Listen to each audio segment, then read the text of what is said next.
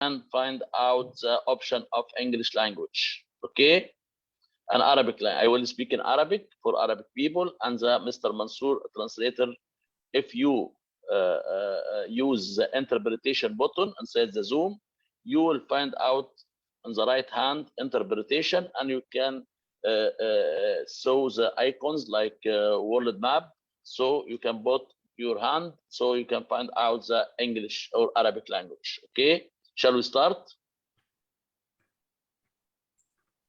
Yes, دكتور احنا لايف دلوقتي. Yes. بسم الله الرحمن الرحيم.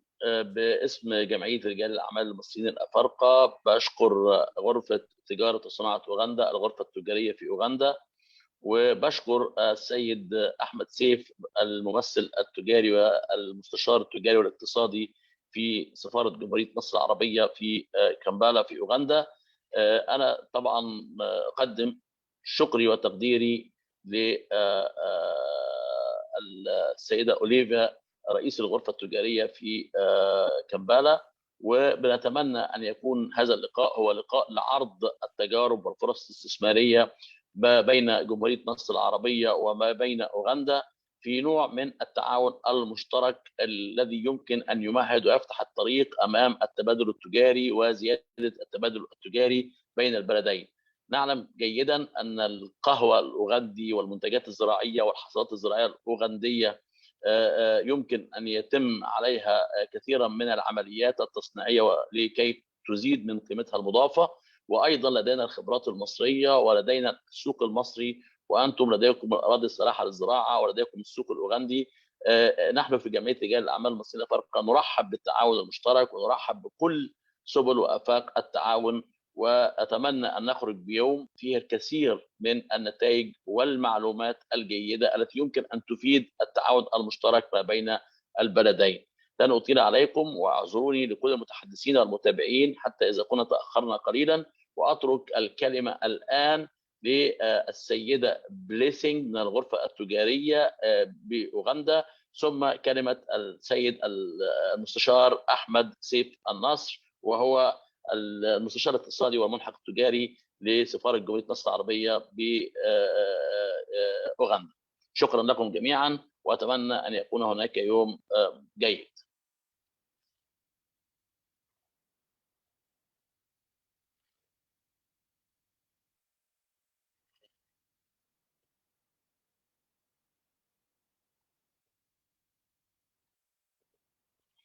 Blessing. All right, apologies. I did not, because our translation has not been done, so I did not know that you had finished. No, yeah, but... no problem. I just give a small brief about Egyptian African Businessmen Association. EABA is one of the leader business community in all over Africa. We are very focusing to push all the African trading and also investment between Africa and Egypt and all over Africa. So all our members, around 220 members in the diversified business, they are very appreciate, and we're coming to do any cooperation with Uganda. We know very well Uganda is a very good country for agriculture business, for coffee, for a lot of products. We can do the added value by the manufacturing, industrial manufacturing and R&D, research and development in Egypt, and we can do a very good investment between both countries. So today we need to come over a very good and fruitful day. So I give the floor to you to introduce the Uganda Chamber of Commerce, and also we have on our floor Mr. Ahmed Saif, is a commercial attaché to Arab Republic of Egypt and Uganda. And then shall we start? And I give the floor to you. And as I told all the people in the floor or attendees, we have interpretation in English language. If you can use the button for interpretation, you can use the simultaneous translation. Thank you very much. Placing time for you.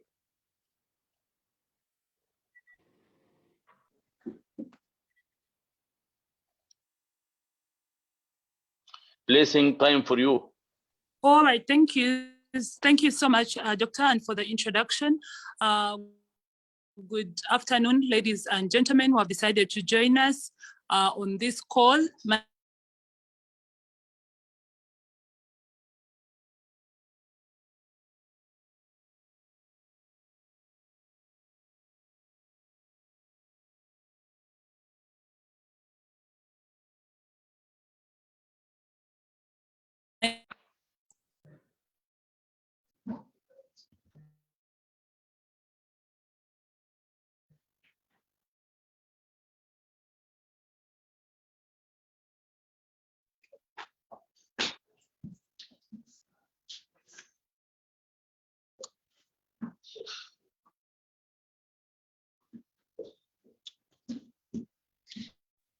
Blessing, what happened? We didn't hear you. Oh, sorry. So I said I am trying to switch my internet because it keeps going on and off and on. So I'm requesting that the representative from the embassy can start as I switch to the others. Okay, then you can directly, Mr. Ahmed Saif can start provider for the internet opening. so that it is a bit stable. Okay, Mr. Ahmed Saif, you can start as an opening speech, then until listening back to you. Okay, thank you, Mr. Yusri. I hope you all hear me well. Good afternoon, everyone. I would like first of all to introduce myself. My name is Ahmed Saif. I'm the Egyptian Commercial Counselor at the Egyptian Embassy in Uganda. And I would like to really, first of all, say that I'm very glad for the initiative taken by Mr. Yusri El-Sharqawi, head of the Egyptian African Businessmen Association, which is one of the booming and the good active associations in Egypt nowadays. And to state that this initiative now is coming through in collaboration with different entities, Ugandan entities, our brothers and sisters from the Ugandan Chamber of Commerce and the Ugandan Investment Authority. And I would like also to thank both the Egyptian and the Ugandan participants who decided to explore more about the Ugandan market through having such meetings. And the Ugandan business community who accepted our invitation as well. Also, I would like to say that since I joined the Egyptian Embassy in Kampala 2 years ago, I always saw great potential, as Dr. Yusri said, for both business communities, Egyptians and Ugandans. I hope everybody hears me. Yes, sir, we can hear you clear, loud and clear. Yes. I would like to state that, hello?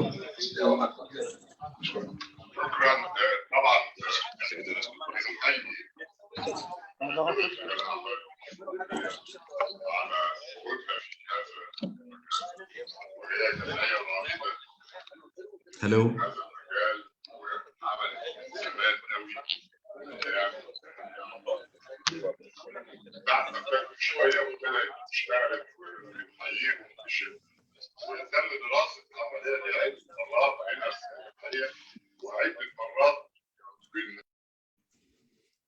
يوسف بيه حضرتك سامعني؟ انا سامع صوت شوشره. الو؟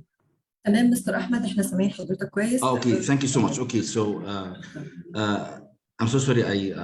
I think the internet connection was not good. Anyway, so I was just saying that since I joined the Egyptian Embassy in Kampala over 2 years ago, I always saw great potential in the market for both communities, business communities, Ugandans and Egyptians, taking into consideration that cooperating with the Ugandan side is a win-win, of course, situation which makes both business communities happy through the COMESA agreement, which binds us together, as well as, of course, the River Nile. And we're also proud that we have big companies here operating and investing in Uganda, such as Cairo Bank, Arab Contractors, Egypt Air, Sweden Electric, and many more successful examples. And I really see that although our statistics, the trade statistics show that our bilateral trade is over 100 million, but I really hope that this figure will increase within the coming years, and this will only happen through such meetings and through such gatherings to bring both communities together to learn more about the business potential.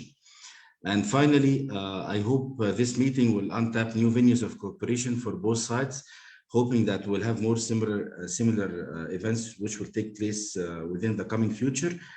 And I would be always happy as the trade representative of Egypt to be welcoming everyone, either Egyptian community or the Ugandan business communities, our brothers and sisters, to contact me in case they need any help. I'm here to help. And thank you so much again, Mr. Yusri.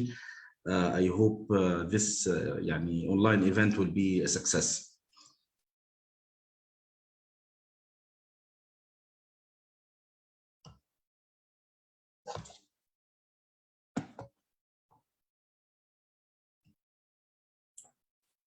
مستر احمد سيف بنشكر جدا حضرتك. مس بليسنج تفضلي.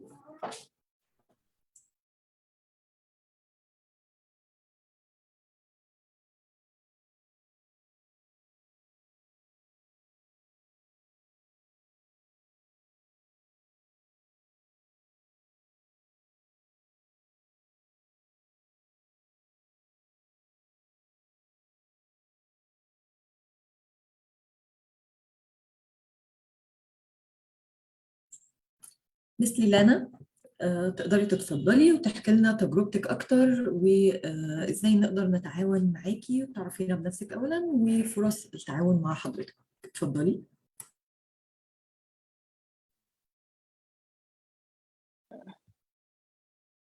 I don't know whether you mentioned the Miss Lana Holdings, and if I'm not the one, you can stop me because we are having a challenge with translation.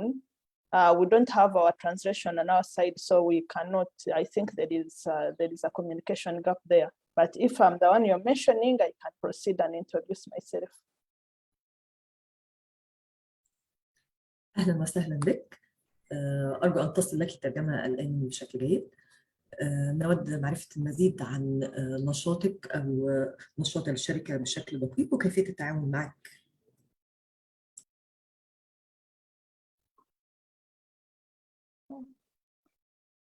I'm Doreen Akampurira Masiko, the director of the Rana Holdings. I was bred, born, and married in cattle family. I'm here to talk about milk.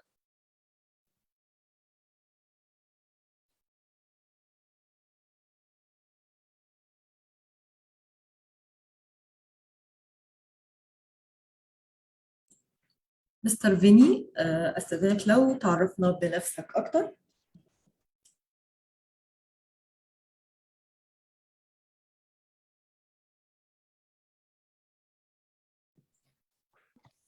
Good afternoon to all. Can you hear me? I will turn my video on. I think you could be able to see me.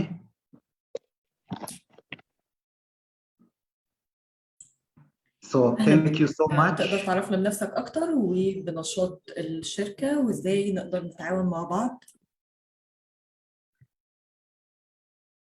Thank you. I'm standing, representing on behalf of our General Manager, Mr. Vincent Ondive, who currently is another board meeting, which was simultaneous at this time. He sends his apologies, but we are indeed so much delighted to be able to have this opportunity to present during this forum. So I will proceed and share my screen and just to show you more about our company, if that is okay.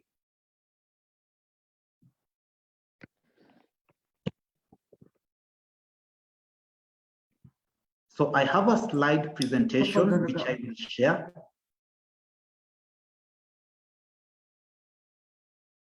On the screen. Let me know once you can see my slide.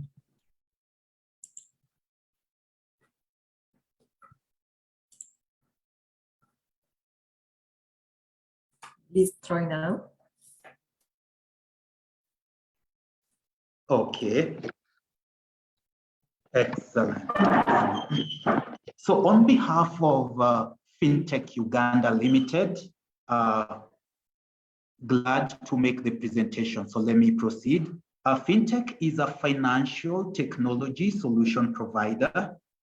We provide financial technology systems to countries around the sub-Saharan. And we have been in business for almost 28 years, assisting our clients with integration of business and technology, providing them the systems that help them automate their processes and also automate the workflow management. So when you talk of solutions around payment systems, digital solutions, providing consultancy and training for the IT systems, Fintech has been a leader in this.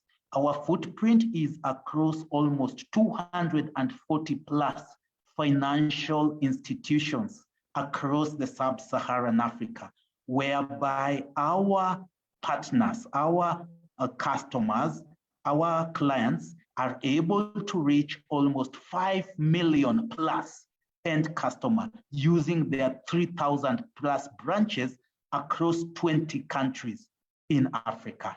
Our customer success is that we have been in the forefront of providing process efficiency for our customers. We help them to be able to make their processes more efficient, to improve their services, and also to lower the cost of doing business. We partner with other global organizations, global companies, and this is whereby we are also looking at who are the companies in Egypt, the organizations in your region that we can partner together with to be able to push these solutions. You may be having solutions which we could use here, so we can partner together and do a joint effort to assist our clients.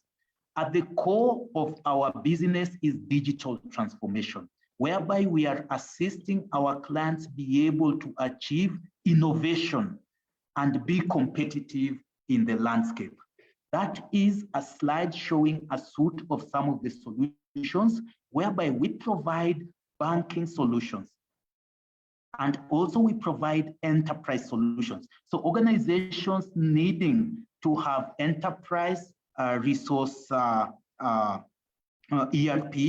and CRM, customer relationship management, looking to automate the internal processes, our solutions provide for that. We also assist on the side of financial organizations, whereby they're able to automate their financial processes, be it for the microfinance, for the banks, or for the smaller cooperative unions. Part of our solution suite includes the business intelligence and reporting systems, and as well as the payments, clearing, and settlement. One of our key flagship products facilitates for the automated clearing house for the checks and payments settlement, in addition to the core banking applications. Those are some of our sample clients across the sub-Saharan Africa. You may see some logos which you may be familiar with. In this slide, I'm showing the countries whereby we have done projects, majority of them being in the sub-Saharan Africa, right from West Africa to the southern part of Africa. One of the innovations that I want to just mention in a few slides is our supply chain financing and collections solution. This is a innovation which we've come up with together with our partner ForthWave, of which we provide a cloud-based application whereby SMEs are able to get financing for their supply chain, financing on the platform to cater for the working capital. So it is a cloud-based application. We offer it on a platform as a service model, and we bring together the financiers, the large corporates, and the SME, small and medium enterprise business. Now, we are not limited in the region in which we operate with, and where possible, financiers from Egypt, large corporates in Egypt, and even the MSMEs, micro, small, and medium enterprises, are able to tap into the platform and be able to provide financing or access financing from that. So these are game changer in which it facilitates even for the cross-border trade. And that is whereby we are looking at partnership with your organizations. So that's just a platform overview of the different products it provides, be it purchase order financing, factoring, invoice discounting. And on the right-hand side, it cuts across different industries and sectors. Just a sample of the screen of that application and the benefits to the supply chain. With the cross-border trade now coming up, we are looking at bringing all the supply chain ecosystem in the platform to benefit from it. From the financiers, they will be able to benefit from the digital collections profitability and be able to have a lower non-performing asset. On the buyer side, they are able to be assured of a lower risk of supply chain disruption, and they will benefit from trade discounts from suppliers, as well as enhanced liquidity for the freed up cash. On the seller side and the micro, small, and medium enterprises, they are able to optimize their working capital and be able to access financing at lower processing cost, lower service cost that is affordable. So in a nutshell, we as Fintech Group are ready, available to be able to partner with organizations who may need our financial technology services, our enterprise technology services, and also be able to provide that for you and partner with those whom we can bring their services to the sub-Saharan Africa. Thank you, and I will take it back to the facilitator.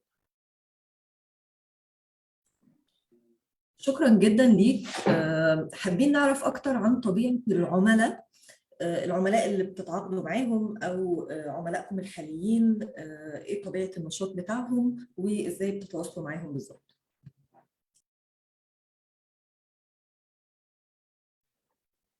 Thank you very much. Our customers are almost 240 plus financial institutions across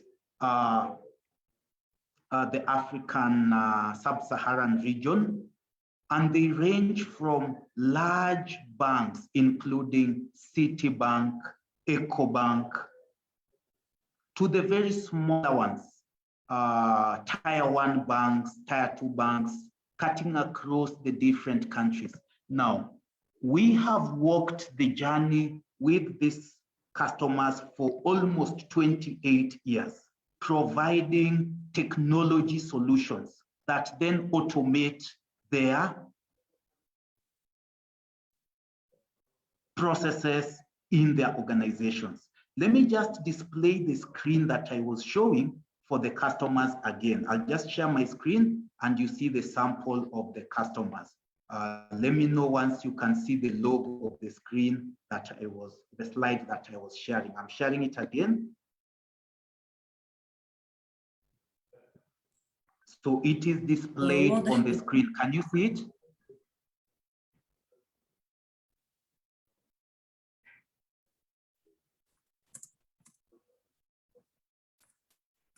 So that is a sample of the client portfolio that we have in Fintech.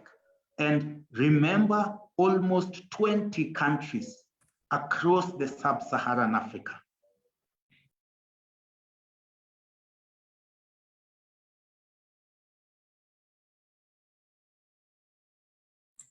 ممتاز جدا، شكرا جدا ليك.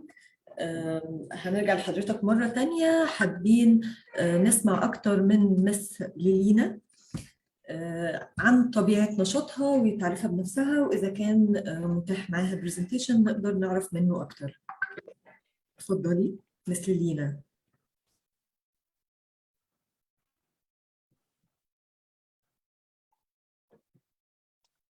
Good afternoon, everyone. I'm so happy to be part of the group and to present here. I'm Doreen Masiko, Director and General Manager, Lilana Holdings. I was bred, married into a cattle family. I would beg to share my screen so that I tell you what we do.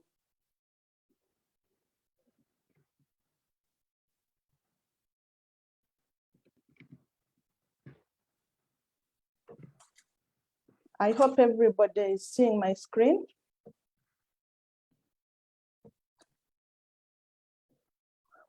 Okay, Lilana Holdings was founded in 2017. It is a subsidiary of Masiko Premium Farm. We deal in cattle and milk commercialization. We produce almost 20,000 liters per day. And our niche is basically organic feeding. We focus on producing milk organically. These are some of the animals that we have at the farm. Most of them do feed organically. We are doing free range. They have organic water that flows. through natural rivers and then natural rainfall. We have partnerships with the cooperatives.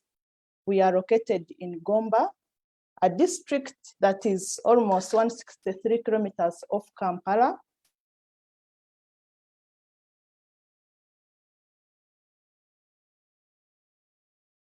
To improve on milk production, we prepare the feeds organically. We prepare silage using maize. And this is one of the plants of maize that we have there.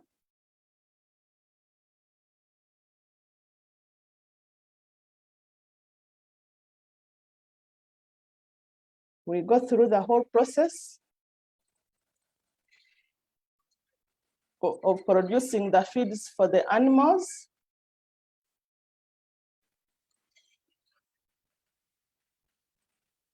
So that we have quality milk produced from our cows. This is still the same process of producing the silage.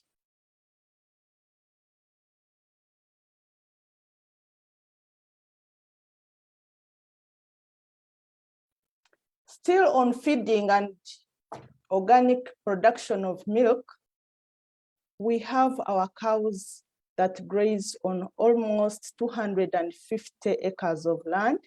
That is part of the breed that we have, and that is the grass they feed on. Still organic grass. What is our major objective? We want to triple milk production through supplementary feeding. We want to package our milk in the form of long life quality packets ready for export. We want to process and package cheese and butter for export. We also want to process milk into powdered milk so that we are able to partner with you people and we are able to export to Egypt. Lilana Holdings is ready for export. All she lacks is market and partners to put what we showed you as a way forward into implementation. Thank you so much. I'm now ready for any questions. I'm now ready for any questions. شكرا جدا ليكي وللبرزنتيشن الواضح المفصل. حابين نعرف اكتر اذا كنتوا بتصدروا بالفعل لدول خارج مصر ولا لا؟ خارج اوغندا بعتذر ولا لا؟ No, we don't export. Most of our milk is consumed locally here through the city, but we haven't ventured into export. But we are ready to partner and see how we can export to Egypt.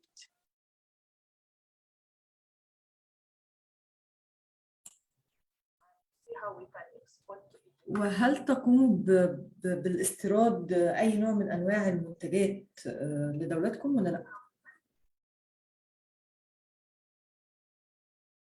No, most of our feeds are organically grown. As I showed you, we grow silage through maize that is harvested when it is halfway ready, when it still has that milk content, so that the milk production is increased. So most of them are really, really grown here. We don't import anything. Maybe the tools we use in the gardens and some acaricides, but most of the things we don't import.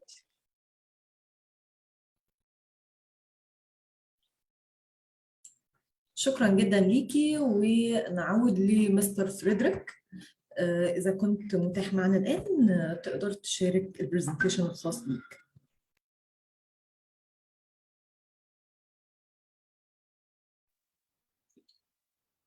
Good afternoon, ladies and gentlemen. I hope it's my turn to make my presentation.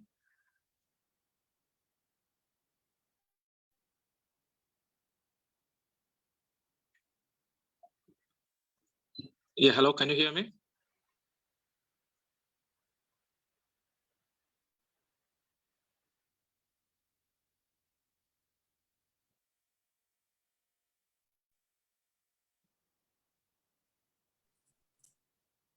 I hope everyone can hear me. I will proceed. تقدر تشارك البرزنتيشن الخاصة بيك.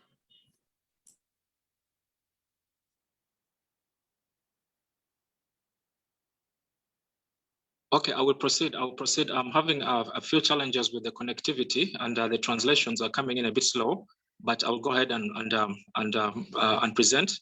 My name is Frederick Lagon. I am the managing director of an export-oriented company.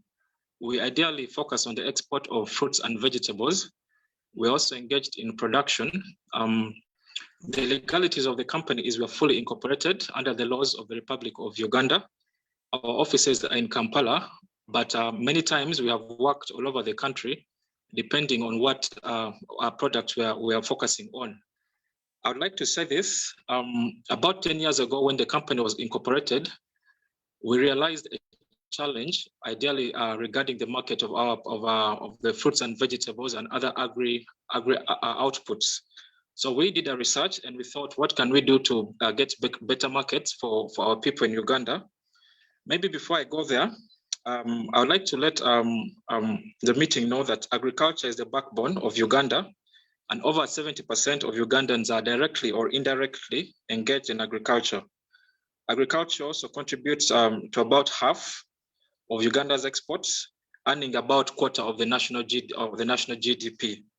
This ideally should symbolize how important agriculture is to our country. If in one way or another we are all involved, as will be illustrated later on. Uganda per se is a landlocked country, and 80% of our land is arable land. Currently, we only use about 35%, which is being cultivated due to, of course, a few challenges here and there. In the fiscal year 2021, agriculture accounted for about 23.7% of our national GDP as a country. And of this, 31% of the output was brought forward for exports. I'm going to discuss briefly about agribusiness and the export sector, which I am fully engaged in. I was also honored to represent the National Chamber of Commerce as a director at an institution, which is a government institution. It is semi-autonomous. The responsibilities that we're engaged in was to push and to see how we can open up different channels of our products to leave the country. Of course, that is precisely defined as export. That is goods from Uganda being marketed or sold in another country. Agribusiness involves economic activities derived from or connected to farm products. Ideally, these include production, processing, which is value addition, transportation, and distribution. Agribusiness is increasingly becoming more lucrative in Uganda as more young Ugandans are also joining in, both the employed and the unemployed, to embrace, of course, and to push on the house income earnings and things like that. I'd like to say that Ayago Global Foods has had a very successful story. We started small. We started by exporting oil seeds to Kenya. We exported maize to Sudan, soya beans to our neighbors in Rwanda. And as I speak right now, we're exporting fruits and vegetables on a weekly basis to the United Kingdom. How do we do this? We, of course, we team up with other companies in those countries, and then we get into some sort of agreements. And through that, up to now, we have still been very successful. The other work that we do as Ayago Global Foods, of course, our core work is exports, but we also coordinate production. In one of my first meetings that I had with a very high-profile person in the sector, he actually mentioned to me that the challenges we faced in the export sector was from the supply side. At that point, I didn't understand much, and I thought, no, the biggest challenge must be the exports. But then I realized that right from the supply side, which is Uganda, we needed to coordinate our production processes, and we needed to be export ready before our goods could be accepted in whatever country we are working with or we're exporting our products to. So we got involved with Export Promotions Board, Uganda, and they took us through the export awareness trainings until we got to a point where we were now ready. Because all of our processes are audited by the government just to make sure that our quality does not disappoint. just to make sure that whatever we send to another country is actually good for human consumption. So I will tell you that as exporters, our products qualify.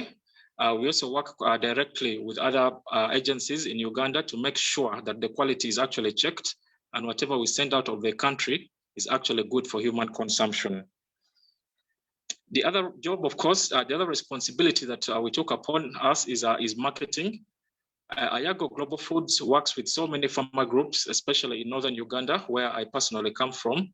We mobilize farmers in groups. We also work with very many associations of farmers, women, and then small and big cooperatives. Our role is to market and to teach them on the processes of exports, just to make sure that whatever is being done, whatever is leaving the country qualifies and is good enough for human consumption, and we can also compete in the international markets. What are the kind of products we're talking about here? Uganda can boast of very many different products. I could mention just a few. One of our leading products is sugar. We have coffee, we have oil seeds. And amongst the oil seeds, there is soya beans, sunflower, pigeon peas. Ayago Global Foods, for this particular case and for this presentation, we focused on the export of fruits and vegetables. We have land in northern Uganda, over 1,000 acres, where we are right now growing avocado, and we expect that maybe in the next 3 or 4 years, we should be able to have quite a number of tonnage ready for export.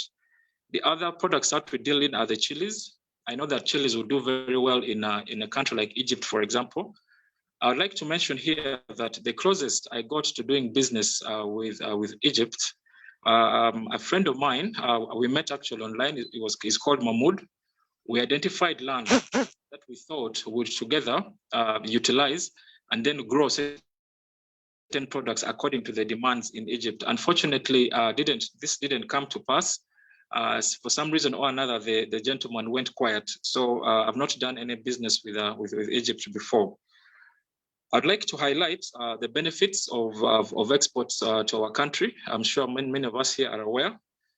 The core of it all is that as a country, Uganda, we earn a foreign exchange, and this is good for our balance of trade. It has strengthened our currency and so forth. The other benefit of our responsibility now is that our company, Ayago Global Foods, we employ over 200 people plus, directly or indirectly, in the trade, in the export trade. Many a time, we actually outsource our processes. We buy from other farmers so that we give them markets, and then we give them money to put food on the table. This has enabled household income to go up, and that is one thing I would personally pride myself with. Not to say too much for this moment, I would like to say yes, as a business and as any company or any organization, there are obviously challenges, and we have had our own share of challenges. The current challenge that we are facing is the COVID-19. It has affected our operations. Movement has been restricted, and also prices for certain commodities. For example, freight costs have almost doubled. We used to export commodities to Dubai at quite a moderate amount, that is on the freight. But right now prices are so high, so competing becomes a problem. That is one very big challenge. And then there's the infrastructure as well. If I may give an example, if I had to transport products from Uganda to Egypt through road, you find that our road networks are not very, very good. Passing through countries like Sudan, for example, might be impossible. Now we are forced to go through Mombasa and then use a ship to move our products to other countries. And this on its own is also very expensive, and it comes up as a big challenge. I would like to let this meeting know that dealing internationally is quite challenging because of the price competition. Certain countries are a little bit more favored because of their processes, but as a country, of course, as Uganda, we're also trying our best to see that we compete. When it comes to product pricing, we try our best to avail the best prices so that we may compete. Certain prices, of course, we don't have control over, like the freight costs. You cannot negotiate with an airline and say, I want this amount. If there is any sort of reduction or any sort of discount, then it is really very small and negligible, which doesn't really help us much. The other challenge I want to mention here, and it's at this juncture that I want to really thank this forum, is the issue of trust.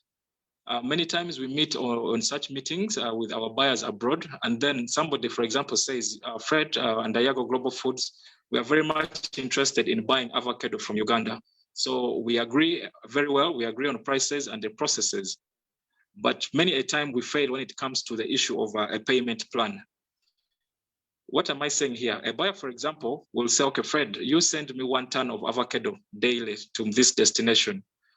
And then I'll go ahead and say, okay, I can get the product, very good quality. Then how do we settle down on the issue of payment? And then the buyer says, all right, you send the product, then I pay you 7 or 3 days after the product has reached. Now, usually that is where the catch is. We normally fail at that point because I don't trust the other gentleman doesn't trust me also to avail the product. So that is one of the biggest challenges I have seen in doing this business. I would think my proposal would be if we can have such fora where people directly talk, say business to business meetings, we create relationships and then we build trust amongst our individuals and of course our countries at large, then trade and business of course between the countries would be a lot easier. Because then you can always agree and say, this is how we can amicably be involved in the processes.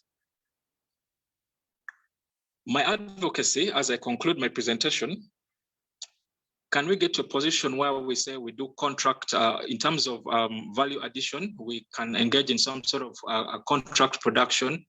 I would request that even our markets can be involved in these processes right from the point of production, so that way we can build relationships and also know that whatever we are doing within a certain period of time will be ready. It also helps us with the issue of consistency. As we all know, agriculture ideally is based on seasons. And in Uganda, we have 2 planting seasons. That is the first and second season. The first season starts around March, which is very soon. Goes on for 3 months, and then there is the harvest time around July. After July, there's a rush for the products. We have a lot of buyers who come from abroad. There's a rush for the products. And within a window period of 1 month, you find that that particular product is actually not there in the market anymore. Or I mean, and if it's available, then the price is impossible. You understand? So that is another area that I thought maybe I also present here. I would think that if we partnered with particular individuals or companies in Egypt, for example, then they will know that we are working with Iago Global Foods. We are going to trade at this amount, and then also we kind of regulate distribution. For example, we can release a product, say monthly, you know, because I've heard there's an issue of consistency, and most of the buyers want consistency when it comes to supplies. And agriculture, by its nature, you know, we face that challenge because we ideally have 2 seasons. So after that, there's a problem of finding uneven production.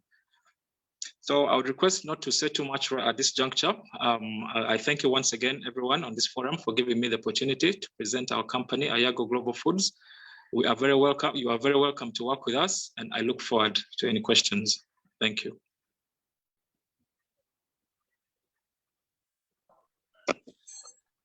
Thank you so much, Frederick, and sorry for joining in a bit late because of my internet, but now I am here. So I am just going to be introducing the next speaker. The next speaker is called James Odera. James Odera is, he owns a company that deals in commercial farming. He has been doing this for quite a number of years, and he is currently now into exportation for mainly cereals and grains, and we'll have him share about his experience, some success stories, some of the few challenges, and any other thing that you would want to mention. We'll give him maybe 5 minutes, and then we'll take on another speaker. Over to you, James. Afternoon, ladies and gentlemen. All protocols observed. I would want to thank the Chamber of Commerce for organizing this session. Am I audible? Yes, you're very audible. And so it's been a great pleasure to be part of this conversation, and I'm so happy to hear from the past speaker who's just spoken about farming.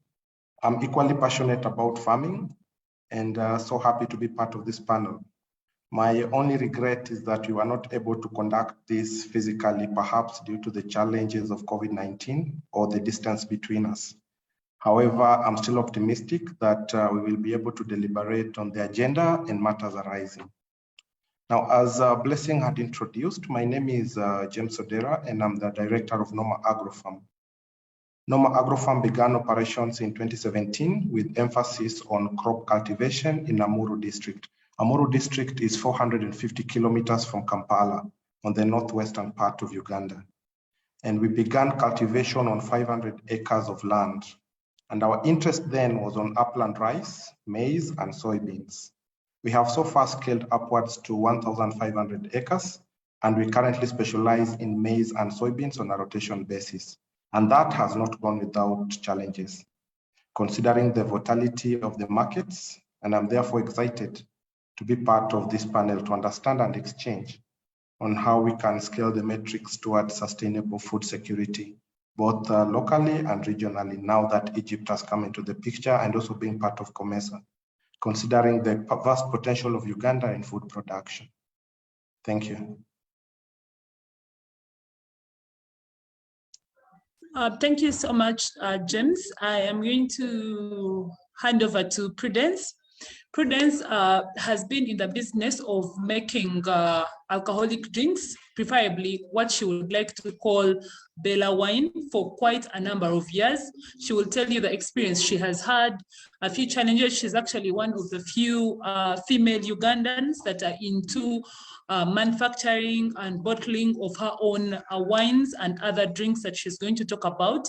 So I am going to request, I don't know if she's on the call, Prudence, kindly take on the floor and be able to tell us a few of your success stories, some of the challenges with the cross-border trading, among others. Over to you, Prudence.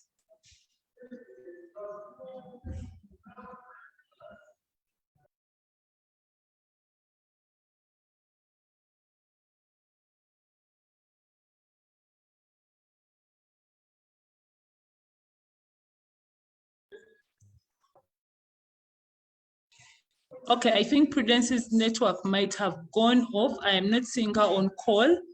I am just going to invite one other speaker, and that is Stuart. Stuart,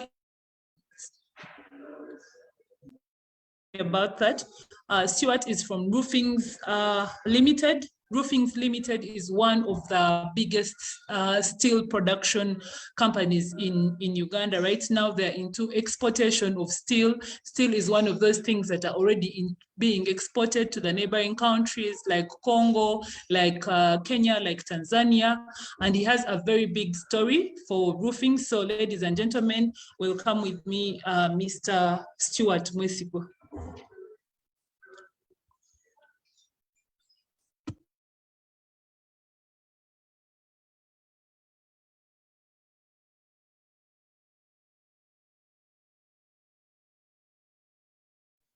Okay, he seems like his network has also has also gone off. But while we're waiting for these people to log in, allow me to do a very presentation to the people that joined in today, because they would want to understand why they need to actually invest in Uganda and what are the available opportunities and the incentives that are provided. As you all got to hear, my name is Blessing Omcha Immaculate. I'm from Uganda National Chamber of Commerce and Industry, and I'm going to take you through a very brief introduction of what I'm going to talk about. I'm going to talk about Chamber of Commerce, a brief introduction. I will also give a brief background about Uganda and the opportunities that are available for you to be able to leverage trade through Uganda. Just a brief introduction is that Uganda National Chamber of Commerce is the oldest umbrella body for private sector in Uganda. We were established in 1933 and incorporated again in 1988, which makes us the biggest umbrella body for private sector in Uganda. We have a membership of 40,000 people, companies, individuals, and associations. We are multi-sectoral in nature. We are in small, medium, and large business company component, and we cut across the different regions in Uganda. We offer quite a number of services. So if you come to Uganda, you'll be able to access some of these services. We offer research, market research, product research for goods that are supposed to be brought in Uganda and for goods that are supposed to be taken out of Uganda. The available markets, what rules of origins, what are the non-tariff barriers, among so many others. We also do what they call access to the different markets. We are currently working with one of the biggest markets in the world, and that is the African Continental Free Trade Area, and it exposes us to countries like Egypt, to countries like Ghana, to countries like Nigeria that have a very big market base, and that is why we are taking on some time to tap into the available markets and get to exchange ideas in line with different partnerships, in line with trade missions, joint ventures, among others. We also do advocacy and structural representation at government level, at different levels, and we have really signed very many memorandums of understanding to be able to represent the business people and the private sector in Uganda. One of them that we have signed, of course, is with our sister company that is hosting the discussion today. On top of that, we issue what they call a certificate of origin. Goods that leave Uganda, it's a requirement to have that certificate of origin, so you will be able to get it from our offices. We also give recommendations for trade visas, among others. We organize different networking and market information dissemination services internationally and regionally to give an opportunity to other people to get to tap into our existing database, our existing business opportunities, our existing required standards for you to be able to carry out trade, which we shall do very soon. We also do business development and trade facilitation services, where we take our members, private sector, our investors, and outside people through a phase of training on what is required of them to carry out trade and business in Uganda. Why should you invest here in Uganda? One of the things that you need to know about Uganda is that we are not landlocked, like they say, but we are land linked. We are at the center of major trading blocks in East and Central Africa. Uganda, first of all, Uganda has already ratified for the African Continental Free Trade Area. Producers are exposed to 55 African countries that have already ratified for the same. So we of course, this provides a harmonized trade liberalization. It removes tariffs, among others, but also not just that big market. We have another market of the East African community where we still have our 5 countries. We have a home of over 180 million people. And of course, we have the world's fastest growing regional economic blocks in the world. So all this information, we also have the common market for Eastern and Southern Africa. All this information is supposed to expose you to the market that you will be exposed to when you decide to come and invest, partner, or carry out business in Uganda. The other thing that I want to talk about is that when you look at this map, it actually shows you how much of the coverage of the market you'll be able to tap into when you come and be able to register and partner in Uganda.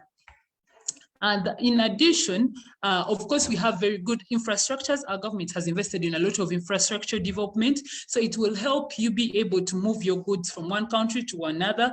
It is very good to note that we officially opened the international, our airlines that are already going to very many different countries, and you'll be able to move your goods from one country to another. But on top of that, we have our roads that are being worked on right now. We have access to Congo, we have access to Tanzania, to Kenya, to Uganda, to Rwanda, using the same roads that we have. So our infrastructure development is something that the government has heavily worked on, and it will facilitate you to be able to carry out the business that you desire.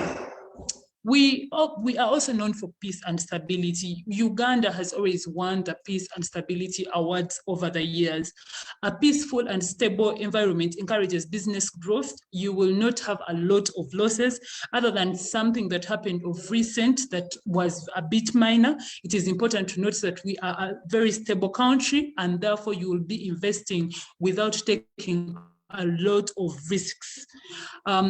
Then, of course, we have our main oil that we have recently discovered. It is a very, very good opportunity. There are very many opportunities that surround you be investing in just oil and gas, not just directly in oil and gas, but there are very many other things that are required. For example, there's hospitality that is required in oil and gas.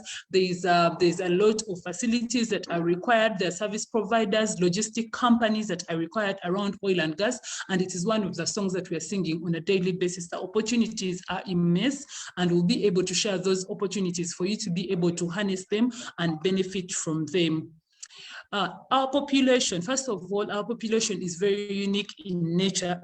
We have the youngest world population that accounts for almost approximately 41.6 million people.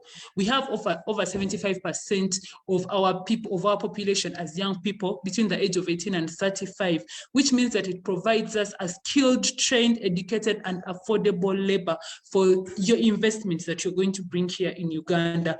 On top of that, it provides you a ready market for the goods that are being produced even before you get out and start, seeking for market elsewhere. So it gives you an opportunity to be able to know that this is the market that you have, and this is the human capital that you have for utilization in case you decide to invest in Uganda.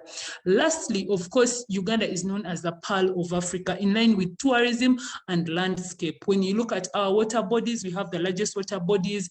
Of course, we have so many other things. We have forests, we have gorillas, and other things that would be of interest to you. So also tourism is one of the areas that you can actually invest in Uganda and be able to benefit from. But on top of that, on top of making money, you can also come and be able to enjoy from the already existing tourism facilities as you re-adventure how you would want to invest and partner in Uganda.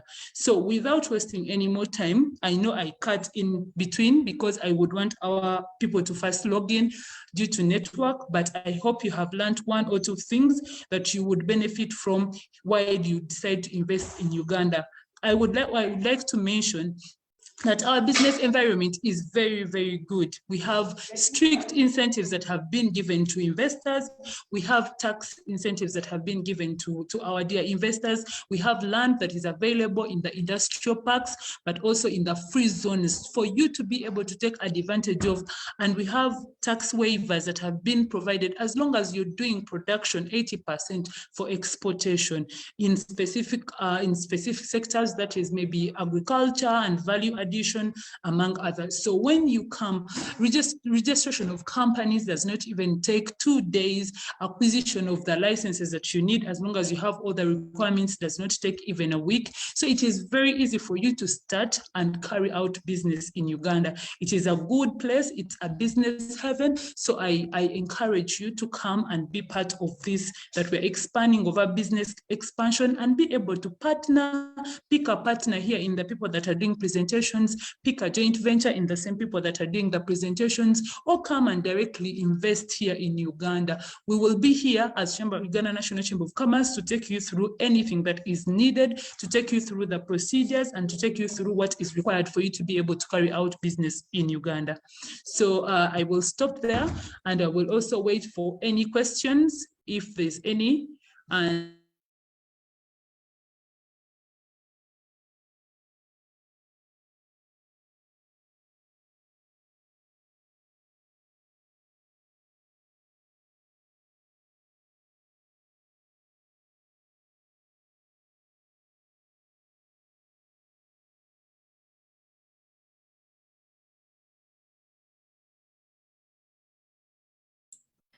الصوت اختفى.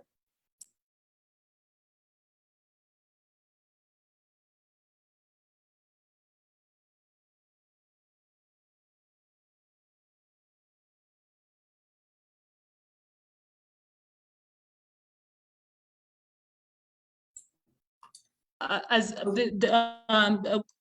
Stuart said, he's logging in, so we can just take maybe the 3 hands that are up, since they seem like they want to ask questions on the people that have already done the presentation, as we wait for the speakers to log in. I think the network is a bit unstable where they are.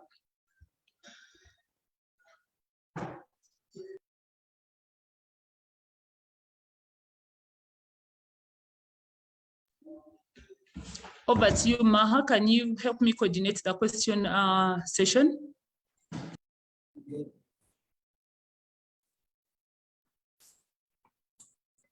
عذرا أرجو توضيح السؤال.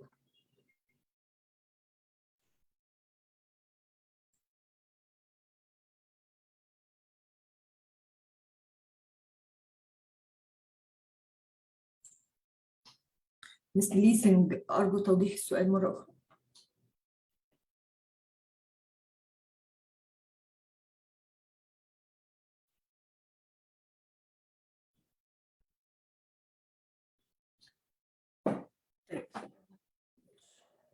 شكرا جدا لجميع السادة الحضور.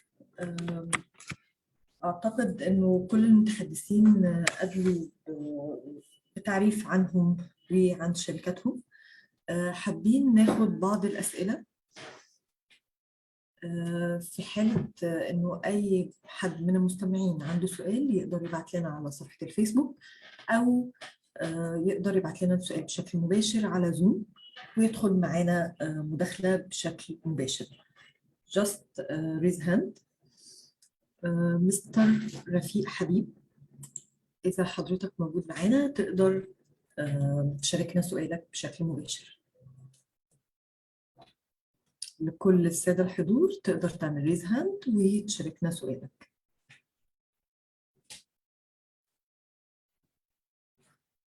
مستر رفيق، عذرا احنا مش سامعين حضرتك كويس.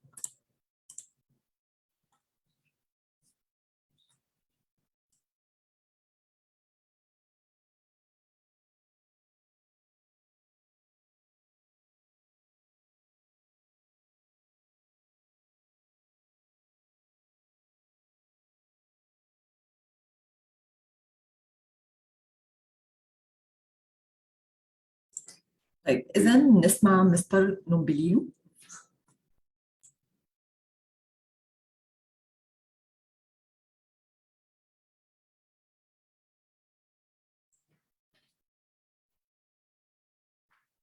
إذا نقدر نعود مرة تانية لمس ليسينج.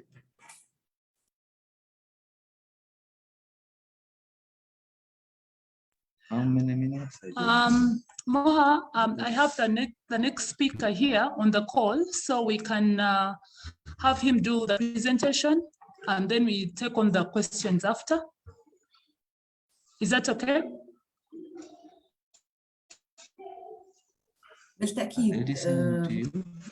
تقدري تبعتي لي البرزنتيشن هنا بشكل مباشر أو على الواتساب ونفتحها بشكل مباشر على طول.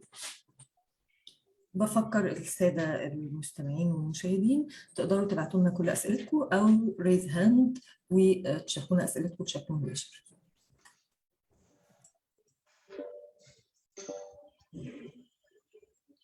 All right, so the next speaker is, I had already introduced him. He's called Stuart Mwesigwa.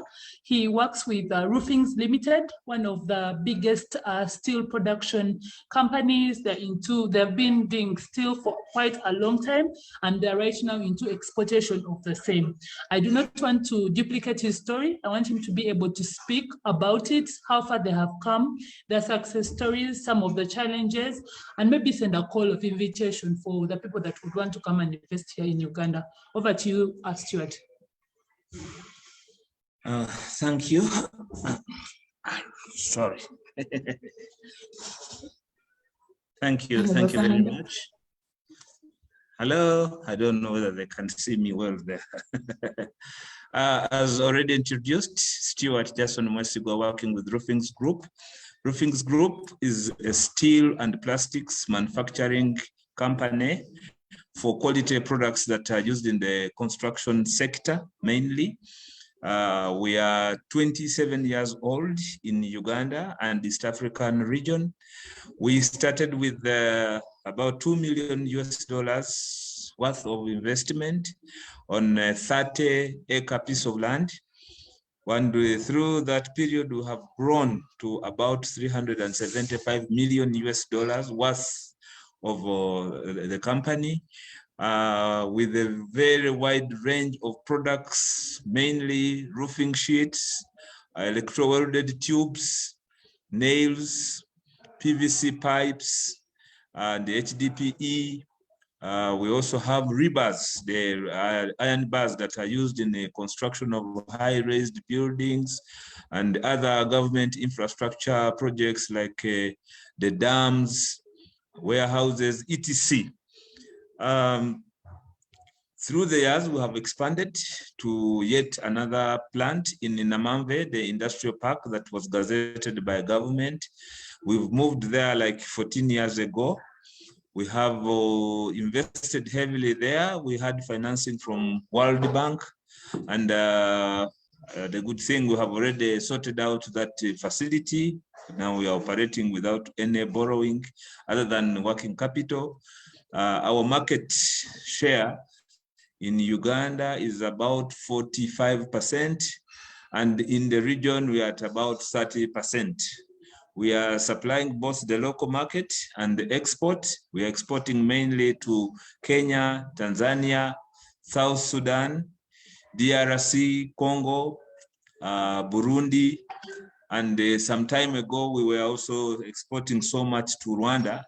We are having intentions of going even beyond as the Africa Free Trade, the continental opportunities arise.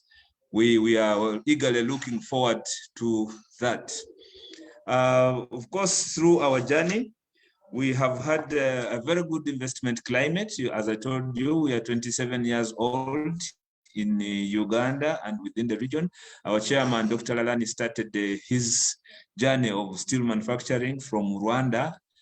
However, he had to relocate because the opportunities looked much bigger in Uganda than Rwanda, where he was before. But we are able now to supply the region even by manufacturing from Uganda. Of course, you are asking about the success of our journey.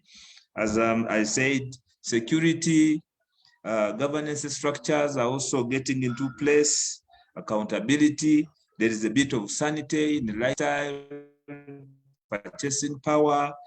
There is consistency. At least we are sure that when you start your line of production today, it can be sustainable tomorrow and it can grow even the other day.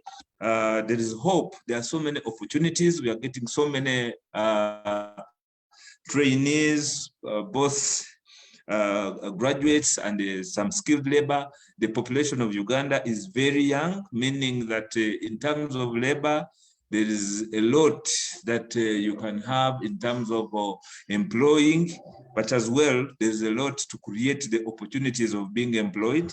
And the number of people are really going through the education system, save for the COVID period that we got snag and they moved a little bit backward. But as a construction and manufacturing sector, we were categorized as essential workers. We never closed, so we continued operating. And indeed, during that period, a lot of construction has happened within Uganda and the region at large. So the opportunities are really immense. There is almost everything possible that can be done in order to run a business. We are still hungry to invest in anything. You can invest in agriculture, you can invest in value addition on various things, be it for medicine, be it training, services, be it manufacturing of, name it, whether you want to assemble tractors or you want to come into steel industry, cement, construction. There's a lot that can be done in the country. The region at large is also expanding. Right now, I'm even in another meeting whereby we are discussing how best we can trade with the Congo. There is a lot of opportunity there. Their population is almost the size of East African region combined together. And it is so virgin. We are going into doing roads in partnerships. There is a lot, much more to do. When everything is opened up, we will have, for example, there's water. We can have a dam, a regional dam built up, airline services. There's plenty that IT, there's plenty that can be done. Our strength, mainly as a roofing group, has been on quality. We do not compromise on quality in whatever products that we manufacture here in the country. We are very, very passionate about the aspect of quality. Of course, we are striving to see that we rhyme with international standards. We are certified by UNBS, Uganda National Bureau of Standards, but as well, we conform to international.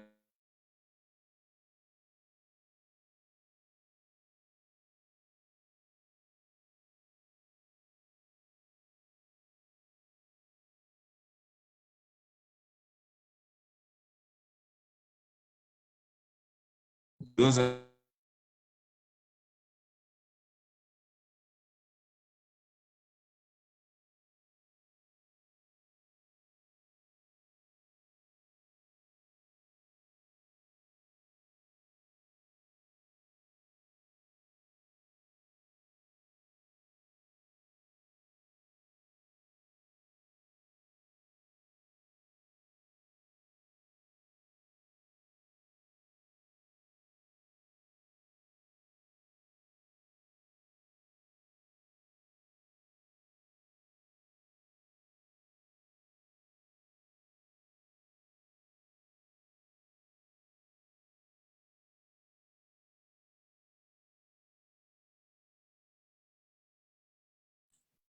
من الواضح إنه في مشكلة في الإنترنت.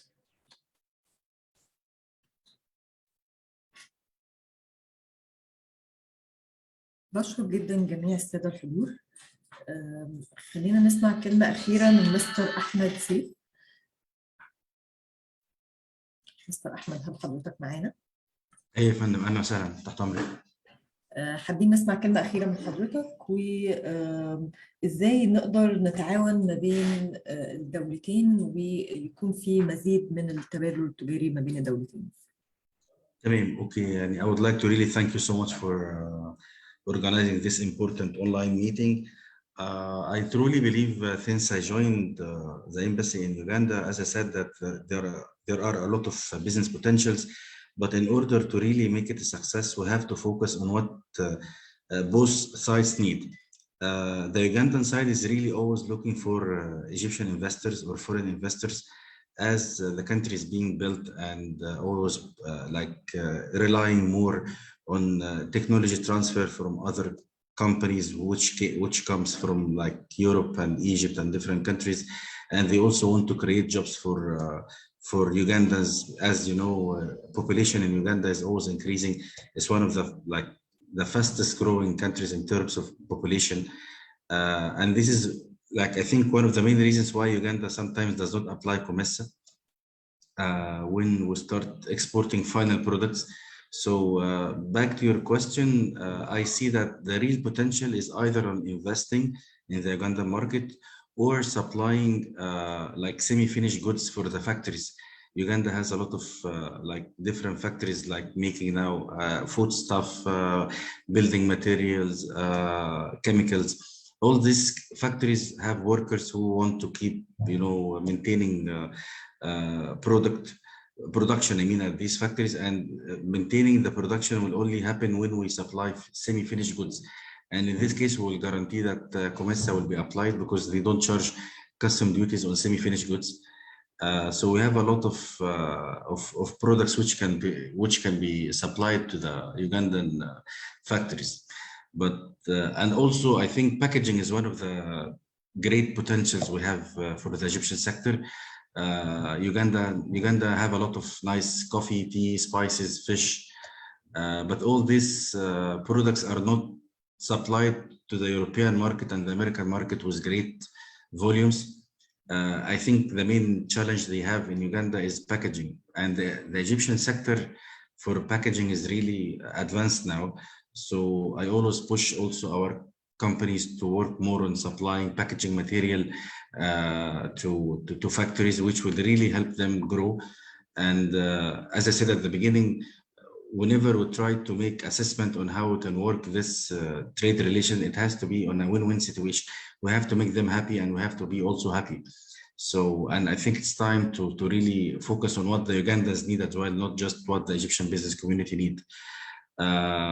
So basically, answering your question is really focusing more on investment here or supplying semi-finished goods.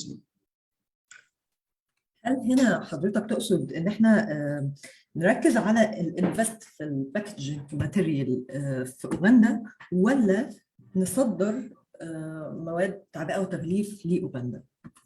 لا, my main focus is supplying packaging material to Uganda, direct selling. Because as I said, the packaging material is part of the semi-finished goods. All factories need packaging to have a product look good and be eligible to be exported. And of course, if anyone is willing to export to invest in the packaging sector here in Uganda, I think it will be a great approach, and they will really make very good money because they don't have good packaging factories here. But in both ways would go. Regarding the packaging, both ways would be great, supplying or investing.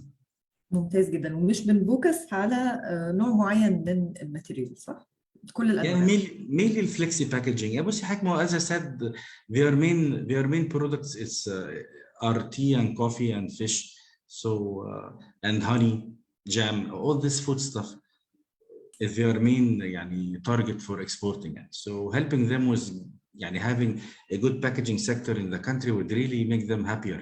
And I truly believe that I'm not here only to serve the Egyptian community. I also want to serve the Ugandan community and make both happier. ممتاز جدا. شكرا جدا لحضرتك مستر احمد. هنرجع تاني لمس بريدنس. Miss Prudence, if you hear, we can listen to you and your presentation. Miss Prudence?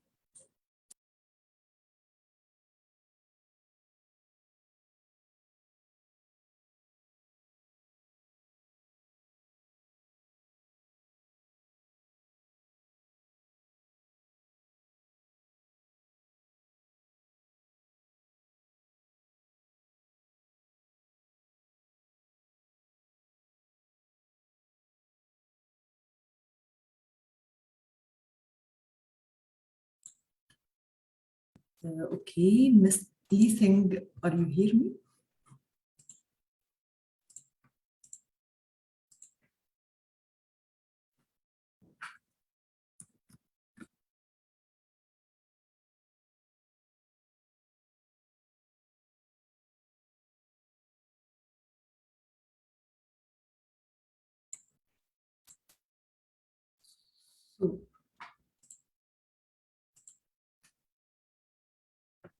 Miss Prudence? Yes, please. Are you hear me? Hello, you can hear me? Yes, now I hear you. Please go on, and let's start with your presentation. Okay. As I told you, I'm Mrs. Prudence Okonika, the CEO of Keroma, producers of organic beer wines and juices from our natural and organic fruits grown in Uganda and within East Africa. We have been in this business for the last 20 years. This is a business that started from our kitchen with 5 liters, but as we speak, Uganda is covered. Every supermarket and wine and spirits shops have our products. We have marketed it with the help of Uganda Export Promotion Board around East Africa. We have been to Congo, we have been to Zaire, and after that, I decided to move around. I've covered 15 countries, especially the wine makers like in France, South Africa, Italy, Portugal, Spain, and I have marketed it there, and they are very much ready to receive it after I've gone through the procedure of exporting. The best thing is that our products are of high quality. We have been certified by UNBS, and that's why it is accepted in every country I take it. Wherever I go, they test it on their own. I was in Malaysia with juice. We have better wine, better juice from hibiscus. When I took it to Malaysia, I even got a business partner. I got an award from there after they have tested it. and they have found it has a lot of health benefits. In fact, she forced me to separate wine from juice because they are Muslims. I was forced to put up another factory for juice alone. Unfortunately, that's when COVID started, but I still have hope that we shall be back in business with them. And also we have marketed our wines in Russia. I managed to attend the biggest international expo in Moscow. And it was amazing. People tasted our wines and they could not believe they are made from other fruits rather than grapes. And I got so many contacts who were very much interested in buying our wines. But we came back in Feb. The exhibition was in Feb, and this coronavirus started in March. So I'm still reluctant. I want the virus to first end, then I start traveling again to go and meet them. But we are in touch, and all the ambassadors are aware. And in that same expo of Moscow, that's where I met some people from Ethiopia, and they gave me an invitation. I was supposed to go there in November for also an expo, but unfortunately that was the time of Corona. So I still have hope, and I'm sure when they have another exhibition, they are going to invite me to attend, because I'm very much interested. They have most of the packaging materials, and I also wanted my products to be there. When I talked to them, those who were in the expo, they said the potential market if I go there, and I wanted to start by attending the exhibition. That's where people can test, and I see the reaction, because I have different types. You find the different places liking different types, because we are producing from 5 fruits.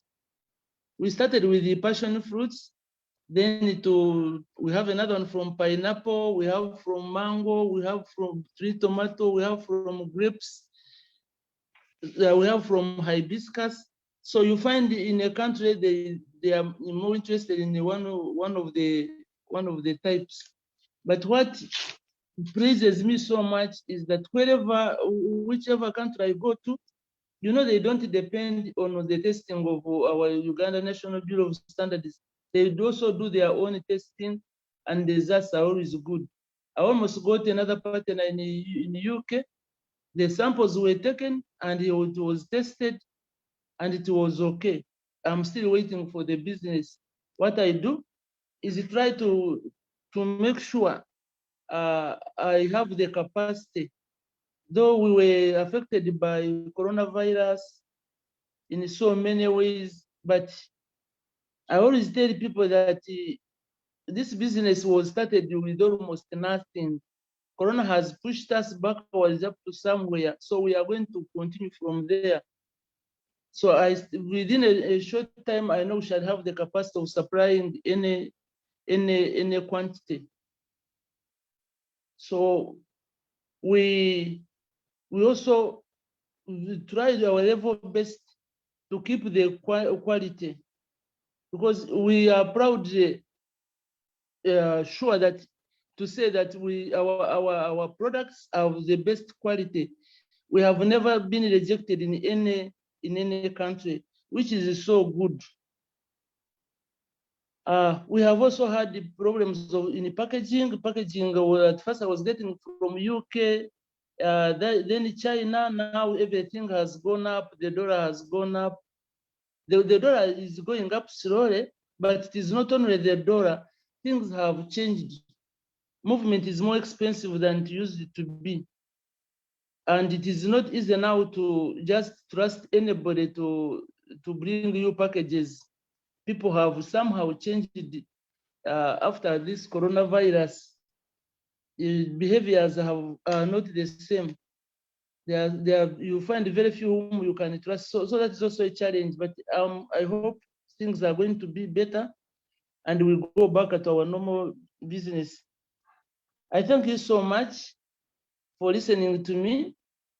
And I also ask you to support us, and we will be in every country in the whole world. Thank you so much.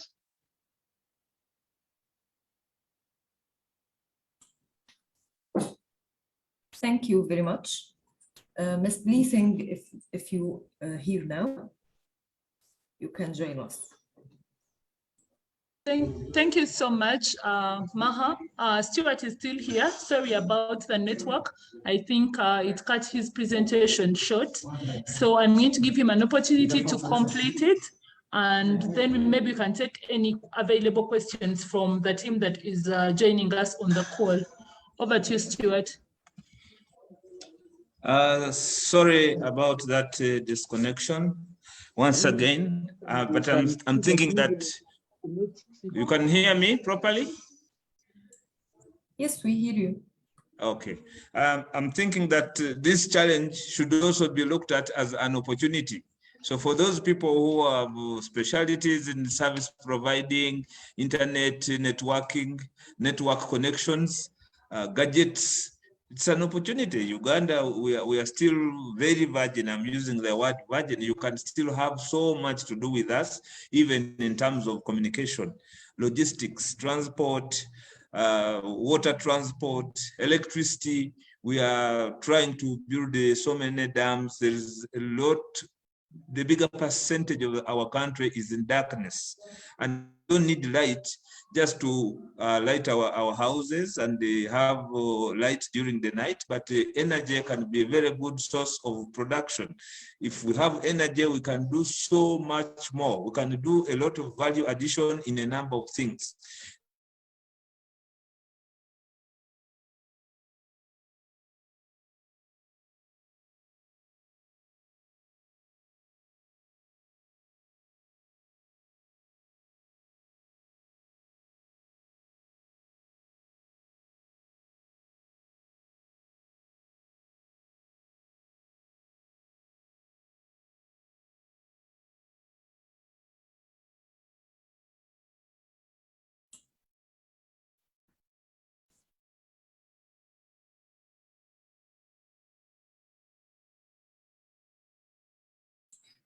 من الواضح إنه الاتصال انقطع مرة أخرى.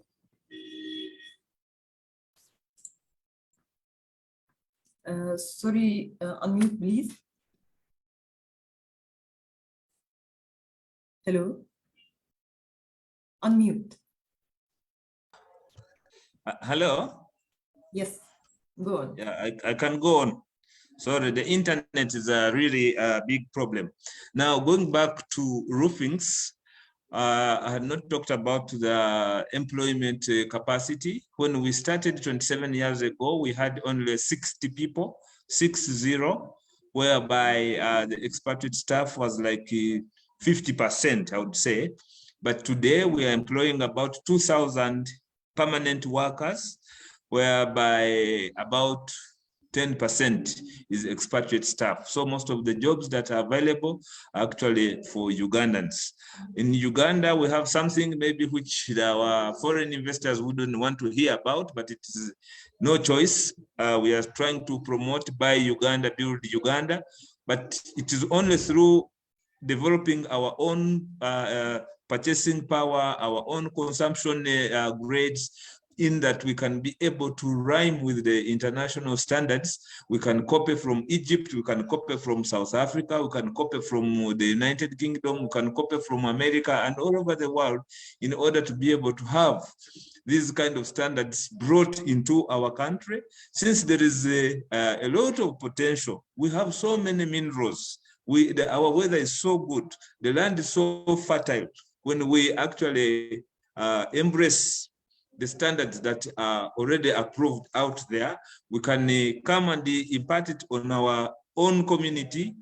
Already we'll have appreciated what we are consuming that is made here by ourselves for a start for our economy, but as well, once it is proved to be of standard, we can be able to export to other countries, whether within East Africa, within Africa, or the whole world. There is potential that can be done. We have tourism.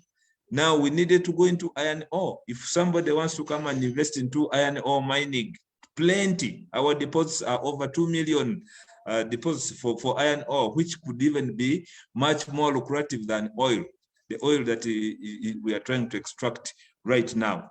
But going back to roofings, we are giving opportunity. Direct employees, I told you, we are about 2,000 now as we speak, but there's so many other indirect people that are connected to our routine or manufacturing chain. We have truck drivers, we have welders, we have fabricators, we have contractors, we have suppliers, we have distributors. So the chain is so much. In Uganda, we are #1 taxpayer to the Uganda Revenue Authority, contributing over 200 billion shillings annually. We are also the #1 consumers in the steel sector for the power. We are consuming almost 50 megawatts. Our Bujagali plant, it generates about 250 megawatts for the whole country. But imagine, one turbine out there is specifically dedicated for roofings alone. So if another company came to do some manufacturing almost of the same size, we'll still need to consume much more power. Now that the oil industry is almost going to boom, the airport is already done.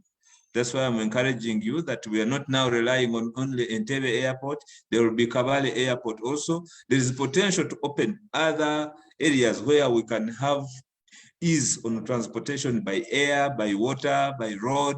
So there is plenty that we can actually be able to do. We are exporting to the various countries, as I told you, within the region. Of course, with the difficulty, because especially like now when we had COVID, you find so many trucks are packed, they need to clear our raw material. The railway line needs to be revamped seriously. It is one way of promoting trade amongst ourselves or even within Africa and beyond. So I believe there is a lot that people can be able to invest in. If all these things are working and we have our purchasing power, we can improve our lifestyle. Bella Wine is there talking about how she started from the kitchen. Now she has shelves, she has contracts. We have functions. Personally, I have ever purchased from her in order to attend some wedding of my own daughter. So this capacity to be developed, we need our neighbors. We need you people who have been there and have done this business. You are much, of course, ahead of us.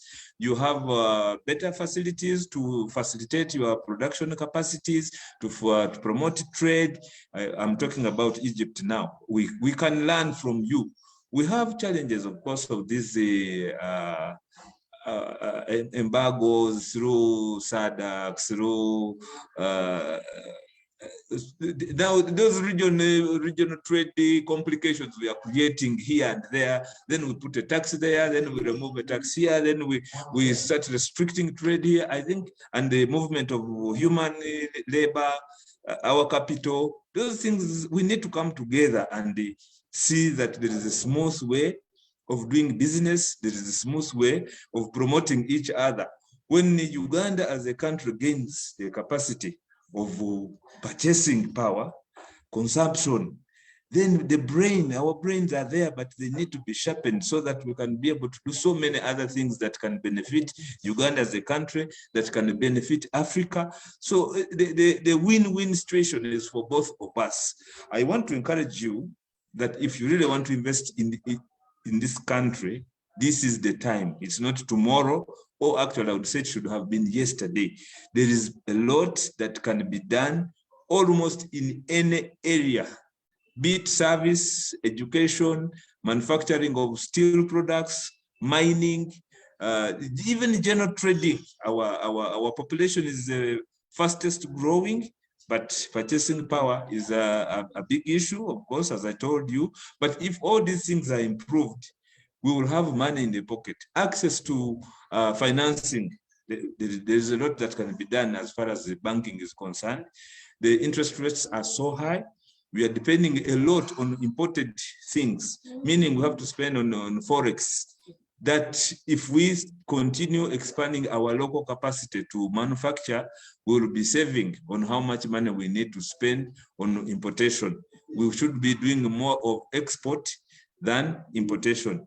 But the gap that is there on value addition is so immense. Even for us, where we are at the level of a steel rolling mill, backward integration for galvanizing, roll forming, we still have a gap of moving backwards to go and get the iron ore in the ground. As I've told you, there's a lot of deposits. There are so many other minerals in Uganda that people can actually invest in and be able to do a lot of production for so many other things, ceramics, name it.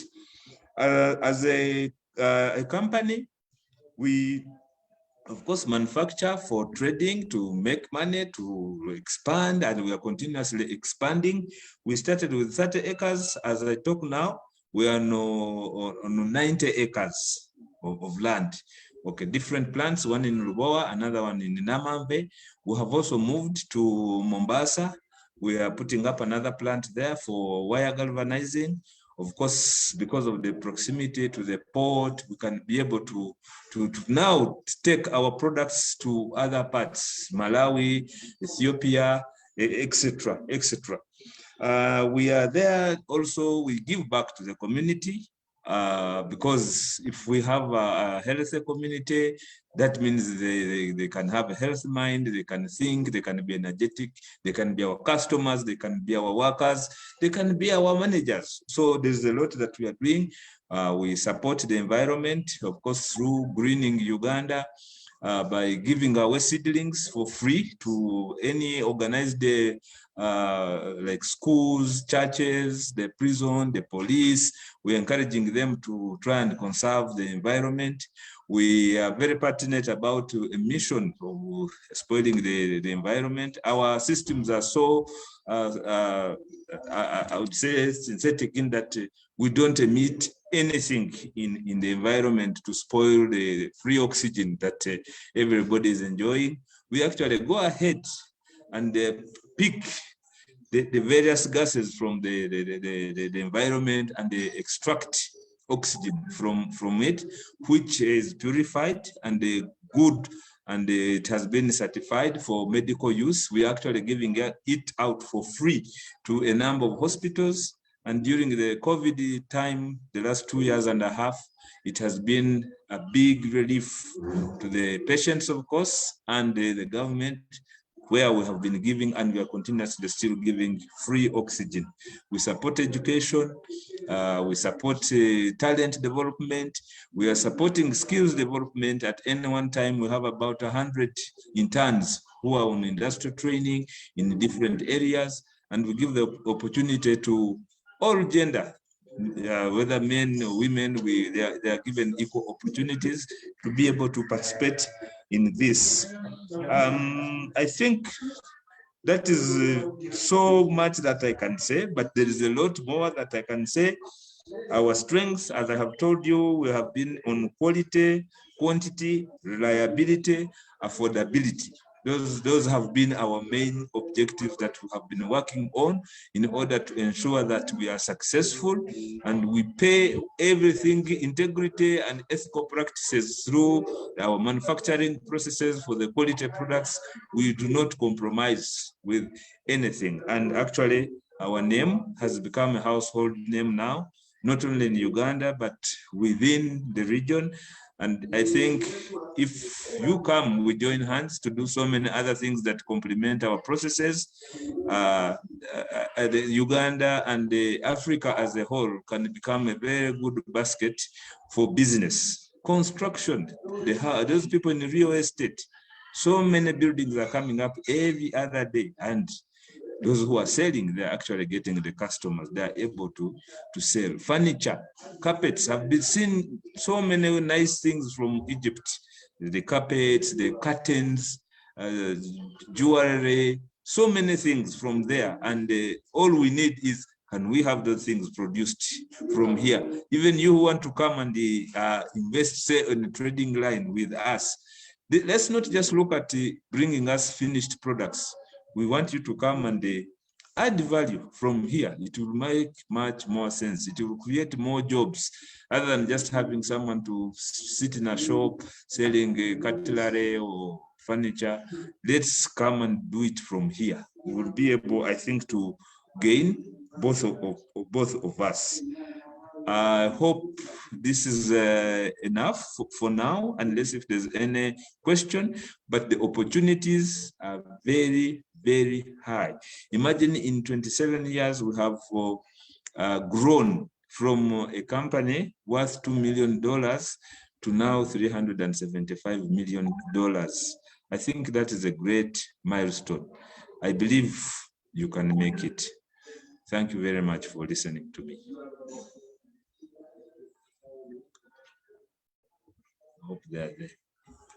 And I'm not talking to myself. Thank you so much, Stuart. I hope you have heard him loud and clear. The opportunities are very many here in Uganda. You just have to come, partner, have a joint venture, individually open up your business here in Uganda, and you'll be exposed to the opportunities he has talked about.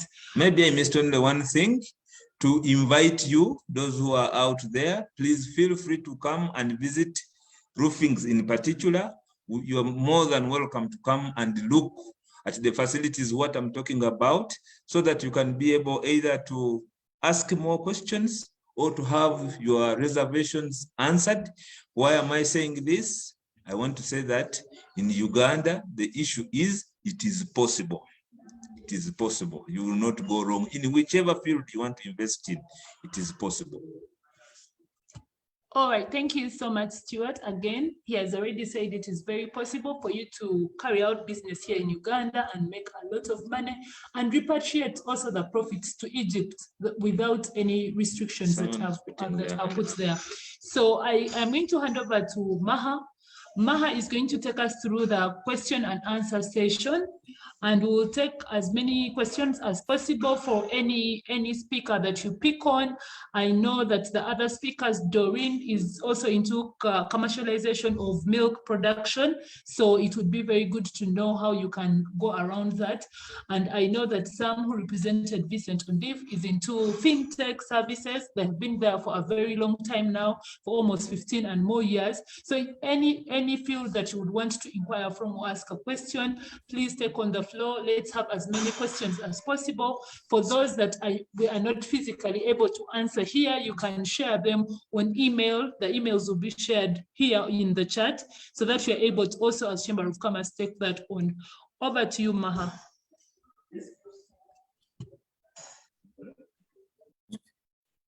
بالتأكيد شكرا جدا مس بليسنج. شكرا لكل ضيوف الغرفة التجارية بأوغندا. إيميل الجمعية eaba@eaba-com.com متاح في أي وقت للرد على كافة استفساراتكم.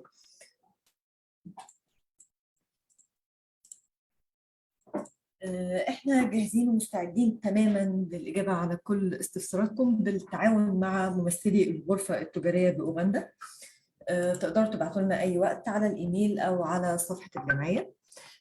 في بعض الأسئلة بتدور حوالين طبيعة المستثمرين أو طبيعة الاستثمار اللي نقدر نعمله في أوغندا، اللي نقدر نوجه لرجال الأعمال المصريين في دولة أوغندا.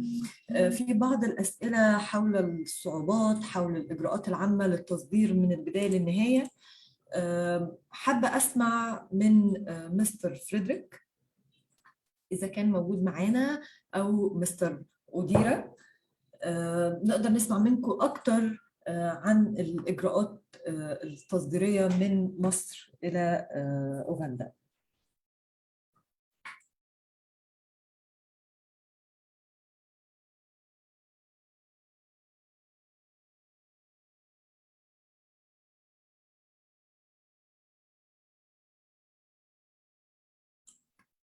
إذا لعدم وجودهم حاليا، إحنا هنقوم بتجميع كل الأسئلة والاستفسارات وهنبعتها في إيميل رسمي إلى المجلس بأوغندا، وهيتم الرد على حضراتكم بشكل مباشر. شكرا جدا لجميع الحضور، شكرا مستر أحمد سيف، شكرا مس بليسنج، شكرا لكل السبيكرز اللي اتكلموا معانا النهارده، وشكر خاص جدا للغرفة التجارية بأوغندا. شكرا جدا لحضراتكم ولوقتكم، إلى اللقاء.